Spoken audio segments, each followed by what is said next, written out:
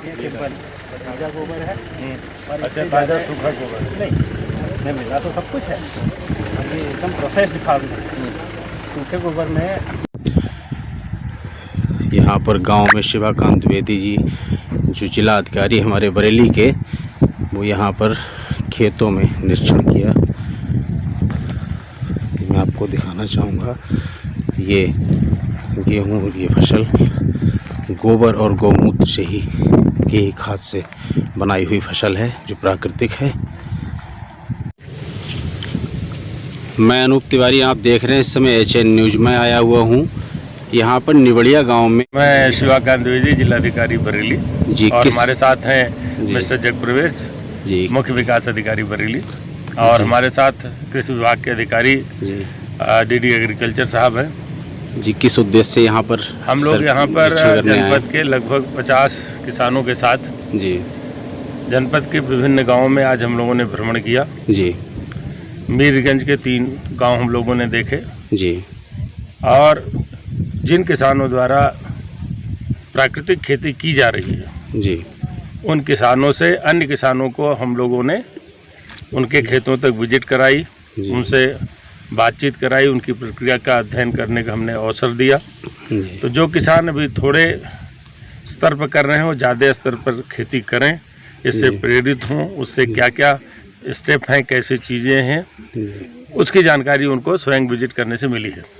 जी इसी उद्देश्य से हम लोग आए हैं। जी, क्या नाम है आपका? मैं दिलीप शर्मा। तो आप ये क्या खेती कर रहे हैं, क्या क्या यहाँ पर 4 खेती एकड़ करते के हैं? प्लॉट में हमारे यहाँ गौ आधारित प्राकृतिक खेती हो रही है। अच्छा, तो इसमें आप क्या क्या चीज़ की इस खाद समय डालते पर हैं? जैविक खाद जो किस चीज़ की बनाते हैं? मौजूदा समय में हमारे प्लॉट्स में गेहूँ है, गन्ना है, सरसों है, जी मसूर है, जी और जहाँ तक रही बात खाद की, तो वो सब गाय से जो हमें मिलता है, जी, गाय के गोबर है से। या गौमूत्र है, उसी से प्रोसेस्ड होकर के हम खाद तैयार करते हैं। अच्छा। उसी से हम कीट नियंत्रक तैयार करते हैं, और यही सारी चीज़ें हम अपने खेतों में देते हैं।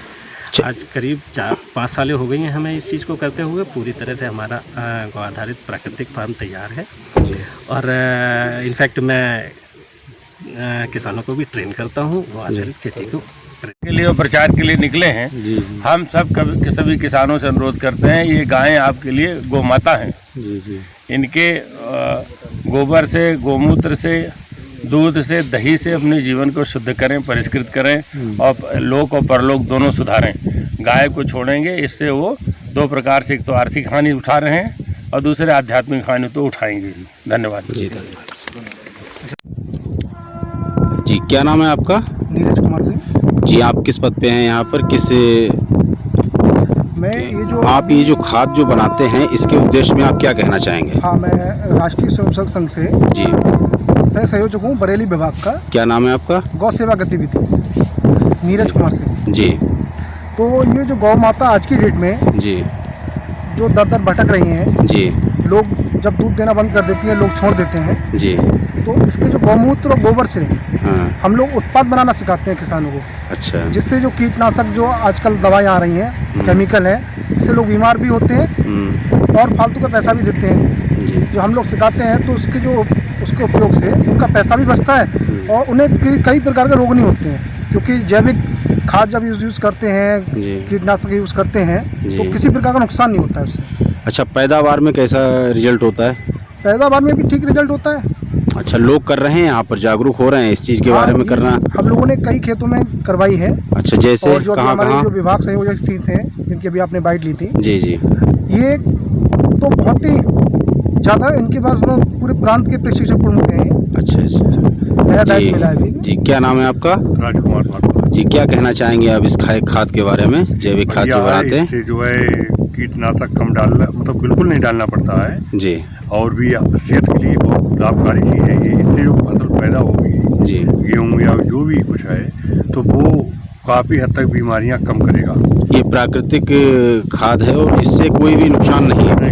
और ये जो आजकल जो खादें पड़ रही हैं, इससे बहुत ही बीमारियों जन्म ले रही हैं और इससे कोई भी किसी प्रकार का साइड इफेक्ट नहीं है और फसल भी अच्छी होती है। मतलब आपका ये उद्देश्य है कि आप सभी लोग इसको यूज करें और अपनी भारतीय संस्कृति को आगे बढ़ाएं, ये जैविक खाद का ही प्रयोग करें।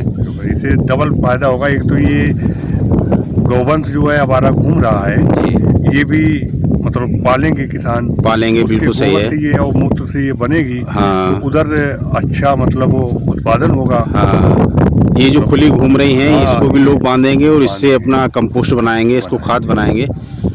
जी ये है। संदेश देना चाहूँगा कि हम लोग अपनी गौ माता को बचाने की जब बात करते हैं जी तो सारे रास्ते फेल हो जाते हैं, जी चाहे वो गौशाला बनवाने का हो, चाहे किसी भी तरीके का।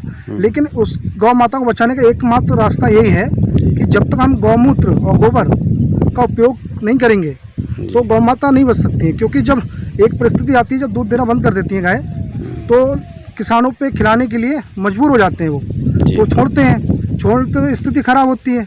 अगर गाय का हाँ, फसलों का नुकसान करते हैं, गांव वाले लोग रात रात भर जगाते हैं, बहुत स्थिति खराब होती है जी, और गौ माता भी परेशान होती हैं, वो भी पेड़ बड़े तार से कटती हैं, एक्सीडेंट हो जाता है, हादसे होते हैं। बिल्कुल सही पूरा बात प्रशासन भी परेशान होता है, फिर सरकार को भी वो होती है। लेकिन मतलब सरकार की तरफ से तो फुल सपोर्ट है गौ माता की रक्षा की, जितना हम कर सकते हैं। बस पब्लिक का सपोर्ट चाहिए। उसके लिए हम लोग जब पब्लिक को जागरूक कर देंगे इनके, तो जो दूध ना देने पे जब गौवंश जब छोड़ते हैं लोग, हाँ। उसको नहीं छोड़ेंगे, और गौवंश की रक्षा तभी हो सकती है, तभी संभव है। और कोई हाँ, रास्ता ही नहीं है। एकमात्र यही एक जी, रास्ता क्योंकि है कि इससे- जो दूध न देने के बाद में किसान जो छोड़ देते हैं और वो अगर ये कंपोस्ट, ये खाद तैयार करने लगें तो फिर लोग नहीं छोड़ेंगे। जी, क्योंकि जो गाय माता का दूध है उससे तो आदमी उपयोग कर लेता है, लेकिन जो गोबर है या गौमूत्र है इसका उपयोग नहीं पता है। लेकिन कई दवाइयाँ हैं और गौ उत्पाद हैं, गौ उत्पाद से सीनरियाँ हैं, कई खाद हैं, कई प्रकार की चीज़ें, हाँ, कई समस्याओं का जिसके निवारण हो जाएगा। जी, जिसके बनाने से उनमें 4 पैसे भी पैदा होते हैं, रोजगार मिलता है, धूप बत्ती हो गई और भी चीज़। और गाय का महत्व तो आप जानते ही हैं, जी बिल्कुल, किसी को बताने की जरूरत नहीं। अपना पृथ्वी पे भी कल्याण होगा गौ माता का, अपना भी कल्याण होगा। जी बस यही संदेश देना चाहूँगा।